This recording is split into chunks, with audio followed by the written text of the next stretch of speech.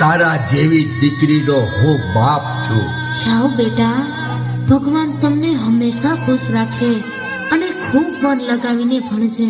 ભલે બા, હું જાઉં છું બાપુ. જય શ્રી કૃષ્ણ. જય શ્રી કૃષ્ણ બા. આવજે બેટા. જય શ્રી કૃષ્ણ. સમયને જતા વાર લાગે છે. શ્રદ્ધાના બાપુ, હવે ભગવાનની દયાથી જો સારું ઠેકાણું મળી જાય તો દીકરીને વડાવી ચારધામની જાત્રાએ નીકળી જાય. પછી ભલે ત્યાં દેહ છૂટી જાય. બા, બાપુ, જય શ્રી કૃષ્ણ. આપની સાથે એક વાત કરવા આવ્યા છીએ. એક મોટા બિઝનેસમેનના દીકરા સાથે બેનનું નક્કી કર્યું છે. પણ શું દીકરા? બા, સંજોગો એવા છે કે લગ્ન વહેલાસર કરવાના છે. ધામધૂમથી પ્રસંગ કરવો છે. પણ તમારે એક તકલીફ સહન કરવી પડશે. તકલીફ?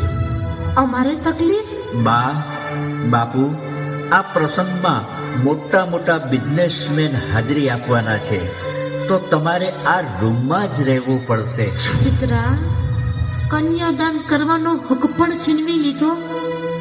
આવા પ્રસંગ કરતા પહેલા મા બાપને પૂછવાનો પણ વિચાર ના આવ્યો.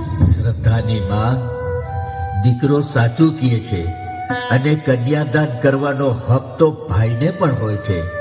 આવા મોટા મોટા માણસો આવતા હોય એમાં આપણે સારા ન લાગીએ. સારા ખરાબની વાત નથી. તમારા દીકરાની આબરૂ ન જાય એટલા માટે તમને સમજાવે છે. ભલે વહુ બેટા અને દીકરા, અમારું એક કામ કરજો.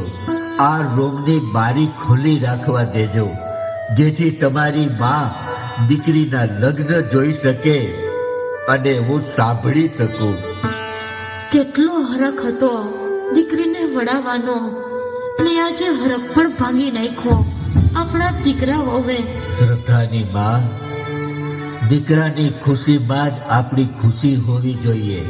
અને સૌથી વધારે ખુશીની વાત તો એ છે કે આપણી દીકરી સુખી ઘરમાં જાય છે. ચાલો ભગવાનનો આભાર માનવા મંદિરે જઈ આવીએ. હા, ચાલો, જેવી ભગવાનની મરજી.